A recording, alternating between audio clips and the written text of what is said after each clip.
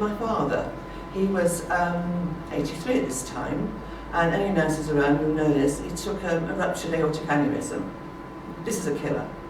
You don't survive long from this. In fact, when he had his, there was a gentleman in the village also had one, and he died. Anyway, my father was really ill. I got him to hospital at 4:15, and they immediately worked on him. But they said, how they could say this, I don't know, but they said he's 97% dead. We can't do anything.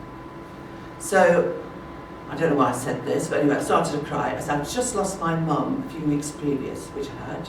I said, and I'm a health visitor. Now, what did that difference to that make? Was I a health visitor or not? I think they realised they had to do something to him. But the most amazing thing was, we had in Barnstaple, we had a top surgeon called Mr. Barker. I don't know if you ever came across him at all. And he was due to go into theatre at 5 o'clock to deal with somebody else.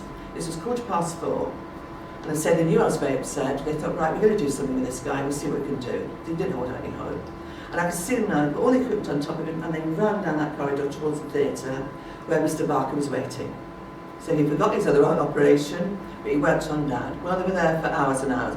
But it was so lovely, because the pastor and his wife turned up, and he couldn't stay, but she stayed with me for many, many hours, and we just prayed and what have you.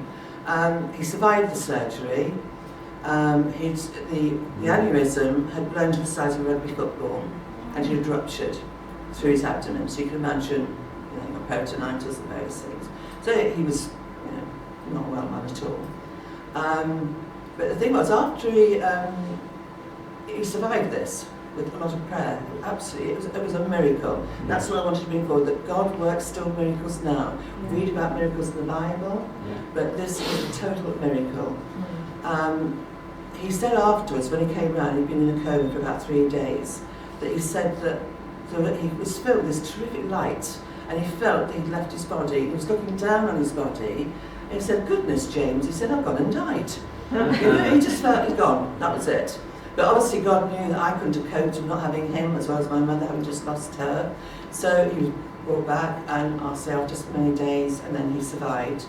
And he went on to live for a further 10 years, despite all different things he had, broken hips, and he had all different kinds of things he had go wrong with him. But the amazing thing was that God did that and brought him back. And he was the talk of the hospital. Everybody said, we were all talking about him, that this miracle had occurred.